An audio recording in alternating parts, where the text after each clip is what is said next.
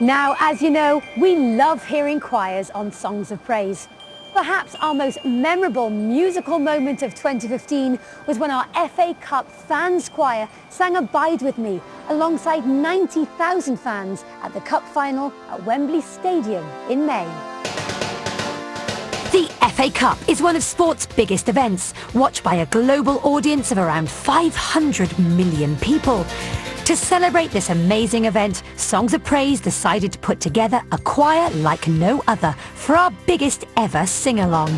64 football fans, each one from a football club that made it to the third round, descended on Wembley. I'm from Bradford. I'm from Chelsea. We played each other a couple of months back. And Aled Jones was there to meet them. Anyone excited about singing in Wembley? Yes, yes! Our budding cup choristers found it daunting at first, and some struggled to hit the right note. No, I can hear. I'm going to have to work with a few of you. But with help from conductor Steve Thompson and a few slightly unusual warm-up techniques, our own FA Cup team soon found that they were not only pitch ready, but were forging some unexpected friendships too. All the best. All the best to you too. Yeah. As long as next season. Come either, we do. Together they faced the Wembley crowd, and with singing star Alfie Boe leading them on, inspired 90,000 spectators to deliver an iconic rendition of this classic hymn.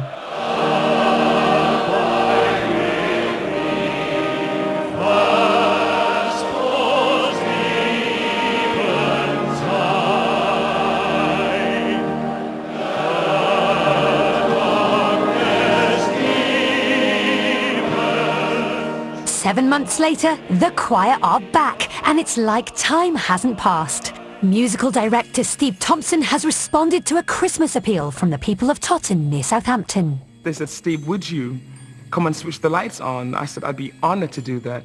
But I thought for one moment, could I possibly bring the FA Cup choir back together to help me put the lights on? So I sent out a gentle Facebook message, and it was unanimous, Steve, we'll come and do it. Not only switching the lights on, 550 kids, they've made these lanterns, and they're going to have a parade through the streets. So the choir's going to be a part of the parade. Then later on in the evening, we're going to do a concert where they'll perform 5 songs. There's one we can all sing along to. Oh, come on, if able, together. Oh, joyful and triumphant. Whether there's 2 of us or there's 64, there's that. In some ways, it doesn't matter. Because there's that great kind of bond. It's wonderful to see everyone. And it's good talking to other members that are in the choir, because I think family and friends back home are getting fed up with me going on about it now. In July, getting married, and I've asked Vicky to be one of my bridesmaids because we've become really good friends. Putting God at centre stage of the Wembley FA Cup final was so important for me because I got ordained a month later. Well, I've got a tattoo of the FA Cup on my arm. I wanted to get a Christian tattoo anyway, and I wasn't quite sure what to get, and I just thought, that's it. Some great memories of a choir that seems to be taking on a life of its own.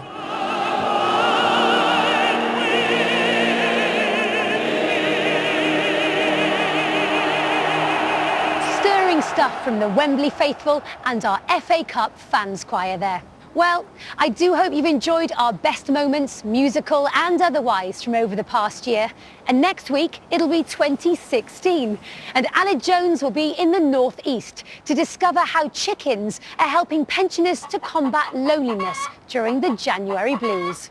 To end today, we have a fantastic rousing hymn from just down the road in Manchester. Thank you for watching, and have a very happy new year.